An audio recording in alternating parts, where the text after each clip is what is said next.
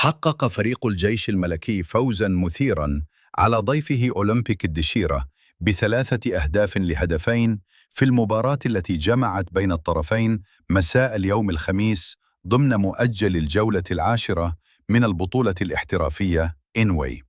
وتقدم هشام آيت برايم لاعب أولمبيك الدشيرة بهدف مبكر في الدقيقة الرابعة بعد مرتد هجومي سريع، قبل أن يرد يوسف الفحلي بهدف التعادل للجيش الملكي في الدقيقة السابعة.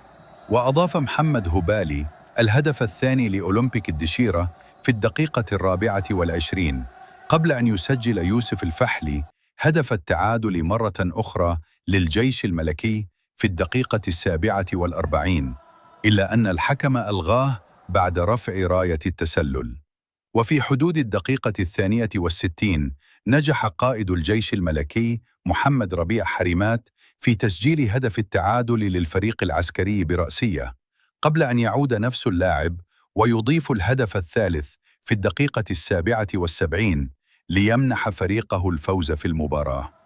وبهذه النتيجة ارتقى الجيش الملكي للمركز الثاني ب29 نقطة، بينما تجمد رصيد أولمبيك الدشيرة عند النقطة السادسة عشرة في المرتبة الثامة.